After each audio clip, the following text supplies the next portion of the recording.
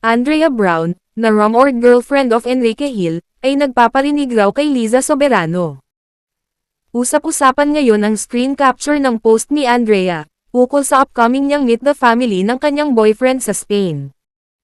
Ayon sa post, excited ang TikTok star sa papalapit na holiday, dahil anya, "I'll be spending them with the family of my boyfriend in Spain. My goal now is to buy winter clothes." Dagdag pa niya, "Just not even a year into our relationship, and I'm already meeting them, that's because of my swag."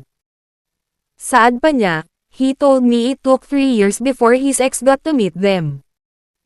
Ang ex-girlfriend na binabanggit niya, ay si Liza Soberano umano ang tinutukoy. Mas lalong tumindi ang spekulasyon na si Liza nga ang pinariringgan niya, dahil sa isa pa niyang post.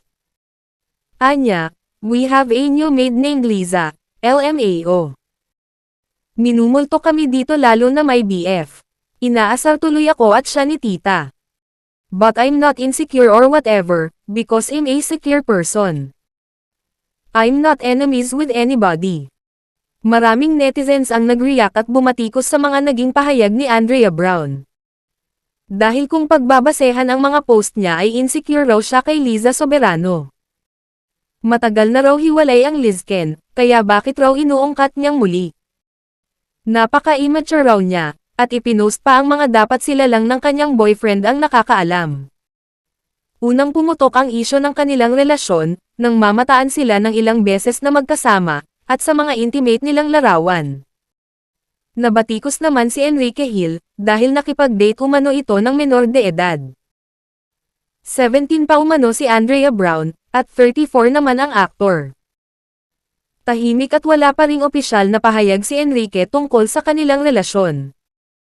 Lagi nitong itinatanggi na wala silang relasyon at magkaibigan lang. Pero noong nakaraang June 3 sa pamamagitan ng sariling X account, ay inamin ni Andrea na may namamagitan sa kanila.